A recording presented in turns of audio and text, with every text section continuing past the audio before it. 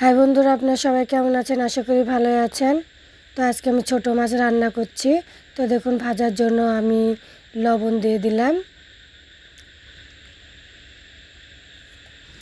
পরিমাণ মতো হলুদ দিয়ে দিলাম,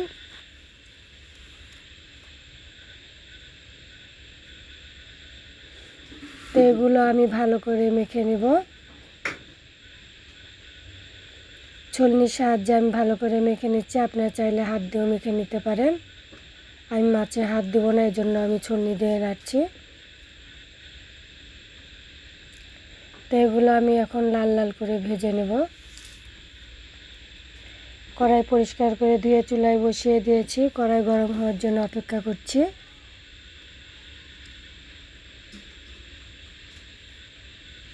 কড়াই গরম হয়ে গেছে, এখন এখানে আমি পরিমাণ মতো তেল দিয়ে দেব।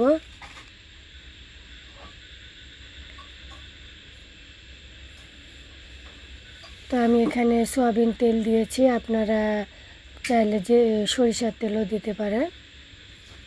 তেল গরম হওয়ার জন্য অপেক্ষা করছি।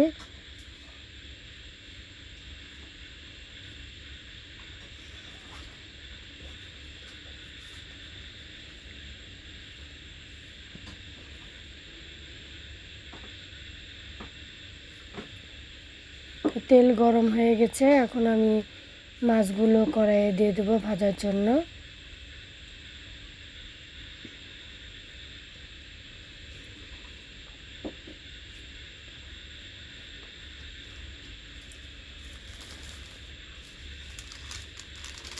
আপনারা চাইলে এগুলো কাঁচাও রান্না করতে পারেন। তো আমি কাঁচা মাছ সেরকম পছন্দ করি না, এই জন্য আমি লাল লাল করে একটু ভেজে নেব।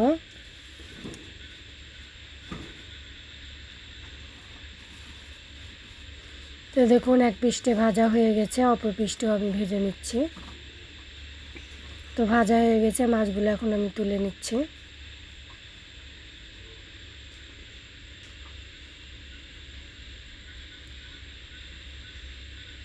তো দেখুন, সবগুলো মাছ ভাজা হয়ে গেছে। তো এগুলো আমি পেঁয়াজ, কাঁচামরিচ, রসুন একসাথে আমি এগুলো কুচি কুচি করে কেটে নিয়েছি। তো এগুলো ভালো করে আমি পরিষ্কার করে ধুয়ে নিয়েছি।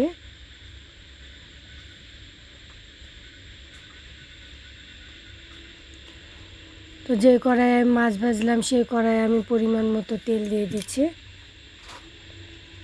আমি সেই কড়াইয়ে পেঁয়াজ, রসুন, কাঁচামরিচ ভেজে নেব।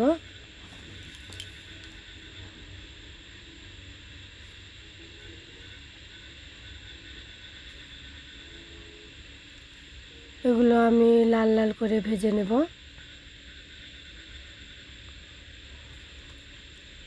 তো ভালো করে একটু পরপর নেড়ে দিতে হবে, নেড়ে এগুলো ভেজে নিতে হবে।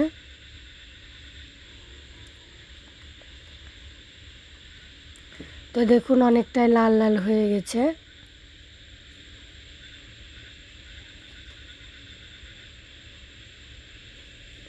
একটু পরপর নেড়ে দিতে হবে, নাহলে কড়াইয়ের তলাতে লেগে গেলে পেঁয়াজ, রসুন, কাঁচামরিচগুলো কালো কালো হয়ে যাবে, এই জন্য একটু পরপর নাড়তে হবে। তো দেখুন, ভাজা হয়ে গেছে, আমি এখানে পরিমাণ মতো জল দিয়ে দিলাম।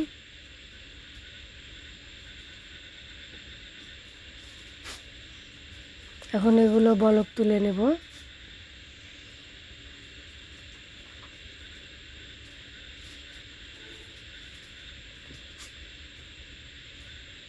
তো বলক উঠে গেছে, এখানে এখন আমি মাছগুলো মাছ আগে দেবো না, আগে আদা জিরা বাটা দিয়ে দিলাম।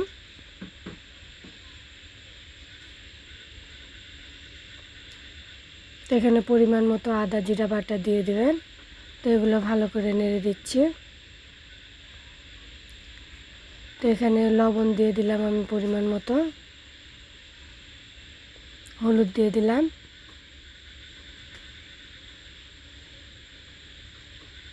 দিয়ে ভালো করে নেড়ে দিচ্ছি।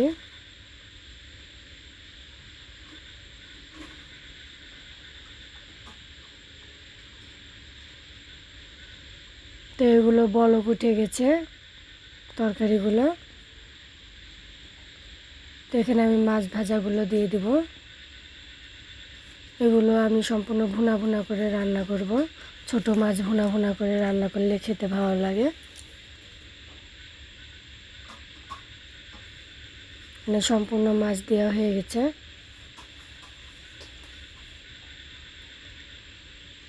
এগুলো ভালো করে নেড়ে আমি জলগুলো শুকিয়ে নেব।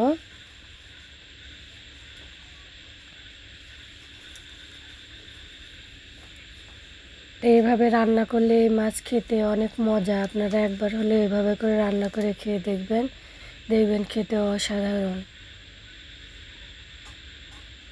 এবার আমি ঢাকনা দিয়ে ঢেকে দিলাম।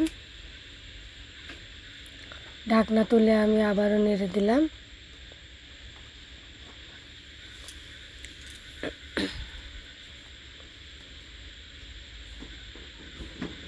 তো দেখুন অনেকটাই ঝোল শুকিয়ে গেছে।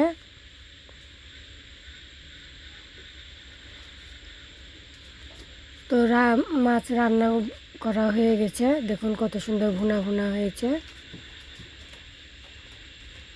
তো এখন আমি তরকারি নামিয়ে নেব।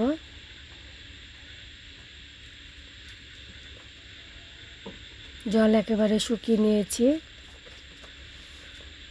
তো দেখুন অনেকটা একেবারে শুকনা শুকনা ভুনা ভুনা হয়ে গেছে।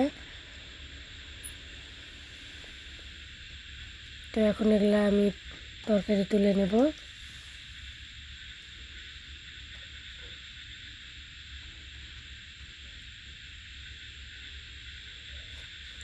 কালারটিও দেখুন কত সুন্দর হয়েছে।